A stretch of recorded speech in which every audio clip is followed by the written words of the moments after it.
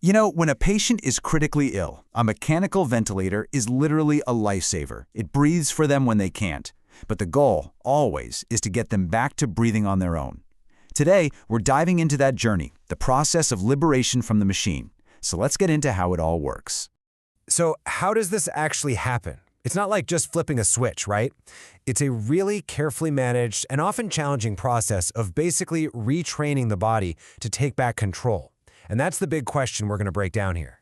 We're going to walk through this step by step. First up, we'll define what this liberation journey is all about. Then, we'll look at the checklist doctors use to even see if a patient is ready. We'll cover the common hurdles that can pop up, dive into the critical test drive for the lungs, and finally, see what happens when the breathing tube actually comes out and what comes next. All right, so let's start at the beginning. What do we even mean when we talk about this journey? Because it's so much more than just a medical procedure. It's a massive physiological shift from total dependence back to independence. So, at its heart, weaning is all about gradually, and I mean gradually, dialing back the support from the ventilator. The machine starts doing less, and the patient has to do more, until they're ready to take on the full workload of breathing. That handover is why the goal is called liberation. It's about freeing the patient from the machine. Now, what's really important to get is that this journey looks different for everyone. For most people, it's simple. They pass their first big test and they're done. For others, it's difficult. It might take a few tries over the course of a week. And then for some, the journey is prolonged.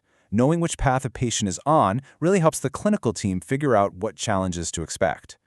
Okay, so you can't even start this journey until the patient is truly ready. And that's where this readiness checklist comes in. Think of it like a pre-flight check for an airplane. You have to make sure all systems are go before you even think about takeoff. So this table shows us exactly what they're looking for. First off is the original problem. The reason they ended up on the ventilator, is it actually getting better? Are they getting enough oxygen with just a little bit of help from the machine? That means low PEEP, which is just some pressure to keep the lungs open, and low FiO2, the percentage of oxygen. Is their body's pH in a good range? How's their heart and blood pressure? Are they stable without a lot of medication? And crucially, are they awake enough to be part of the process? You need a check mark next to every single one of these. So, what happens when the checklist looks good, but the journey just stalls out? Well, let's talk about the common hurdles, the roadblocks that can stop this whole process in its tracks. See, failure is hardly ever random. You can almost always trace it back to a problem in one of just a few key systems in the body. And understanding these is absolutely the key to overcoming them. The first and, well, probably the most obvious hurdle has to do with the lungs and the airways themselves. I mean, the breathing tube alone can make it harder to breathe. The lungs might be stiff from fluid or an infection like pneumonia. And a really big one to watch out for is laryngeal edema. That's swelling right around the vocal cords, which could block the airway once the tube is out. All right, next up is the heart.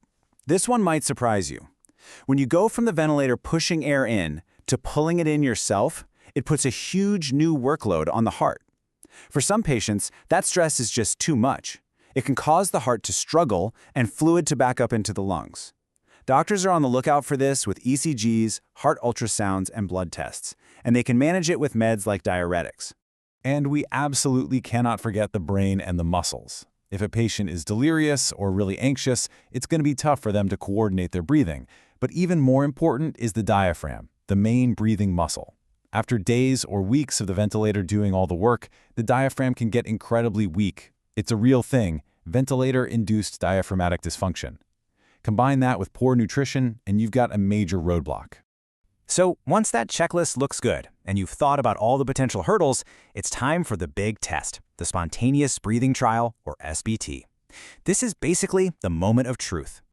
During an SBT, the ventilator support gets turned way down, and the team just watches. They're looking for any of these red flags. Is the patient getting agitated or anxious? Is their oxygen level dropping? Are they starting to breathe really fast, using those extra muscles in their neck and chest? Is their heart racing, or is their blood pressure going wild? Any one of these signs means stop the trial. They're not ready yet. And this is a perfect example of how medicine is always evolving. Back in 2017, the big guidelines said you should give a little bit of pressure support during the trial to help out. But fast forward to 2024, and the newer thinking is that you can do it with that little bit of pressure support, a gentle push of air, or you can use a simple T-piece, which just gives them oxygen with no pressure help at all. It gives doctors more flexibility to really tailor the test to the patient. Passing the SBT is a huge milestone, but we're not quite at the finish line. Now comes the final critical step, actually removing the tube and making sure the patient can fly solo in those crucial hours and days that follow. Before that tube comes out, especially in a patient who's at high risk, there's one more really important safety check. It's called the cuff leak test, and its whole purpose is to predict the risk of that dangerous airway swelling we talked about, laryngeal edema. So how does it work? It's actually pretty clever. There's a small balloon, the cuff, on the end of the tube that creates a seal. So for the test, they measure how much air the patient breathes out with that cuff inflated. Then they deflate it. Now, air should be able to leak around the outside of the tube. They measure the air again, and the difference between those two measurements, that's your cuff leak. And here's the magic number, 110 milliliters. If the leak is bigger than 110 milliliters, it's a great sign. It means there's probably plenty of space around that tube, and the risk of dangerous swelling is low. If the leak is smaller than that, well, that's a red flag. So what do you do if you get that red flag? Well, you have options. If a patient fails the cuff leak test, giving them steroids can help bring down the swelling before you even pull the tube. And then after extubation, high-risk patients can get extra help from things like non-invasive ventilation, that's a mask that provides pressure support, or a high-flow nasal cannula, which delivers warm, humidified oxygen to make breathing just a little bit easier. You know, when you put it all together, successful liberation isn't about one single thing. It's about a whole bundle of strategies that really make a difference. It's a formula for success. Follow a protocol, keep sedation as low as possible, get patients up and moving to build strength, and proactively support them after the tube comes out. Every step gives the patient a better shot at breathing on their own again. This whole process is just an amazing testament to how resilient our bodies are and to the incredible science of critical care. But it does leave us with a big question for the future, doesn't it? With all the new technology and everything we're learning about the human body, what's next? How can we keep refining this so that the journey from ventilator back to breathing is even shorter, even safer, and even more successful for every single patient?